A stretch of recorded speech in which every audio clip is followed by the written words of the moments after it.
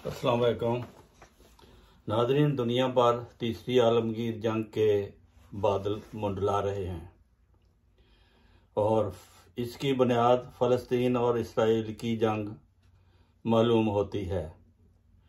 Hamas ने, इसमें कोई शक नहीं कि पहले इसराइल पर हमला करके इस जंग की शुरुआत की है, लेकिन इसराइल ने भी जुल्म की दास्तानें जो हैं वो रकम कर दी हैं।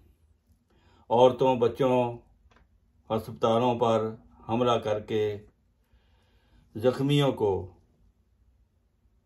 जो मौत के घाट वो सुला रहा है, इंसानियत से गिरा हुआ, ये उसका फ़ैसला है। क्योंकि जंग के भी कुछ असूल होते हैं। जंग में अवामुन नास को और बीमारों को और बूढ़ों को और फसलों को और दरख्तों को नुकसान नहीं पहुंचाया जाता, लेकिन इसराइल जो है वो आबादियों पर हमला करता है, मकानों पर हमला करता है और उनके पानी बिजली की बंद करने का वो धमकी देता है।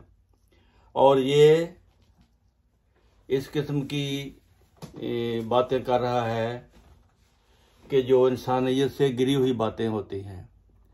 लेकिन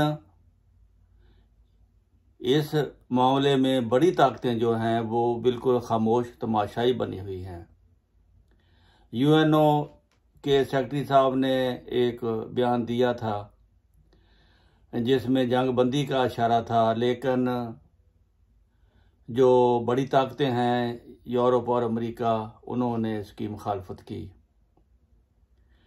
इसमें मालूम होता है कि ये जंग बहुत ख़तरे की जंग है और ये जंग आलमी तीसरी आलमगीर जंग का भी पेशखैमा साबित हो सकती है। इस जंग को रोकने के लिए अमेरिका के अलावा, अमेरिका ने तो इसराइल की हमायत का ऐलान किया है, लेकिन रूस और चीन ने इस जंग को बंद करने के लिए अपनी कोशिशें शुरू कर दी हैं। लेकिन तमाम जो यूरोपियन ममालिक हैं और अमेरिकन हैं, ये इनके फ़ैसले की मुखालफत कर रहे हैं, जिसकी वजह से तमाम दुनिया के ममालिक को तीसरी आलमगीर जंग की सूरत में अगर ये तब्दील हो गई तो बहुत नुकसान होगा। इसलिए हालात को समझते हुए अमेरिका और यूरोप के जो सियासतदान हैं या ताकतें हैं बड़ी, उनको होशमंदी से काम लेना चाहिए, गौर व फिक्र से काम लेना चाहिए, ताकि दुनिया तबाही से बच सके। और हर एक को अपनी जगह पर अल्लाह के हजूर भी हमें दुआ करनी चाहिए कि अल्लाह ताला इस बड़ी तबाही से दुनिया को बचाए और इनको अकल और होशमंदी के नाखुन दे कि इसराइल को अपनी जुल्म की वारदातों से अल्लाह ताला बाज रखे।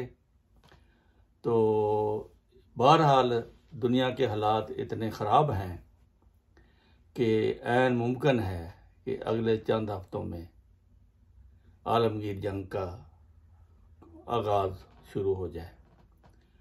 तो इसके लिए बहुत फ़िक्रमंदी और सोच समझ कर फ़ैसले करने की ज़रूरत है।